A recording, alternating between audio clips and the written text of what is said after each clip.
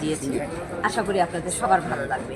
যেহেতু আমি সার্টিফাইড বাচিক শিল্পী, সেহেতু আমি এই বইটা এইভাবেই লিখেছি যে বাচিক শিল্পীরা যারা কবিতা আবৃত্তি করতে পছন্দ করেন তাদের জন্য একটা উত্তম বই হিসাবে এটা দেখা দেবে। এটাই আমি আশা করি সবাই পড়বেন। সুপ্রিয় সুধী, আসলে মূল যে বিষয়, মুখ্য বিষয় সেটি হলো ফিজিক্স এবং কেমিস্ট্রির যে সমারোহ, ফিজিক্স এবং কেমিস্ট্রির কমিউনিকেশন, সেটাই কিন্তু আসলে এই বইয়ের ভিতরে সেটা ঘটানোর চেষ্টা করেছেন আমাদের লেখিকা শাহিনা আফরোজ। তো এখানে আমি দেখেছি 64টি কবিতা স্থান পেয়েছে আপনার প্রথম কাব্যগ্রন্থে। আমি আসলে জানতে চাই, এই যে বসন্তের খরতাপ, এই আপনার আইডল কবিতাটির নাম কি, বা আইকন কবিতাটির নাম কি করণ করা হয়েছে? আমি এখানে 64টি কবিতা আছে, আপনার আইডল কবিতাটির নাম? আমার কবিতা এটারই শিরোনামে একটা কবিতা লিখেছি।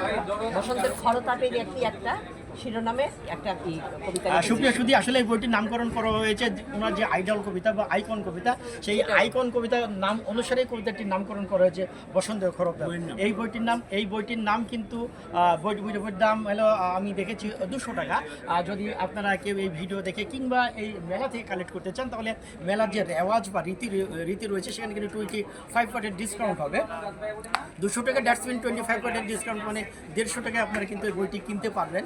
আপনারা এই মুহূর্তে যদি কেউ আসেন এই বইটি ক্রয় করতে চারু সাহিত্য অঙ্গনে, সেই ক্ষেত্রে কিন্তু আপনারা রাইটারের অটোগ্রাফ নিতে পারবেন। এটা কিন্তু সৌভাগ্য সবার হয় না।